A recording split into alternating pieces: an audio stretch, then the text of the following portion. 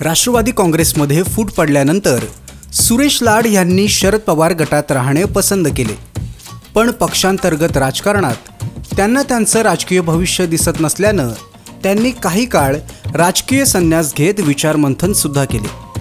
भाजपामध्ये जाऊन आपल्याला नवीन ओळख आणि आपल्या राजकारणाला एक दिशा मिळेल या आशेनं सुरेश लाड यांनी अखेर भाजपामध्ये पक्षप्रवेश केला।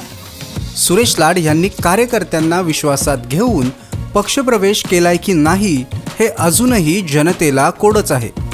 साहेबांनी पक्षप्रवेश केल्यामुळे आम्हालाही भाजपामध्ये जाणं भाग पडलं अशी प्रतिक्रिया सुद्धा सुरेश लाड यांच्या काही जवळच्या कार्यकर्त्यांनी दिलेली आहे। सुरेश लाड यांनी खऱ्या अर्थानं कर्जत खालापूरमध्ये राष्ट्रवादीचा बालेकिल्ला अजिंक्य ठेवत कार्यकर्त्यांचं मोठं जाळं तयार केलं।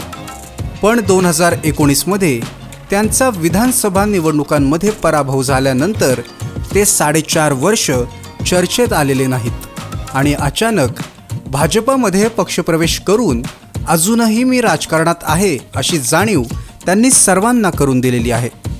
सुरेश लाड यांच्या बहुचर्चित भाजपा पक्षप्रवेशानं ते विधानसभेच्या रिंगणात उतरणार हे मात्र निश्चित असल्याचं चित्र दिसत आहे। पण सुरेश लाड यांच्या भाजपामध्ये जाण्याने काही कार्यकर्ते खुश तर काही नाखुश आहेत। त्यामुळे सद्यस्थितीमध्ये सुरेश लाड यांना जनतेचा कितपत पाठिंबा आहे हे स्पष्ट व्हायला मार्ग नाहीये।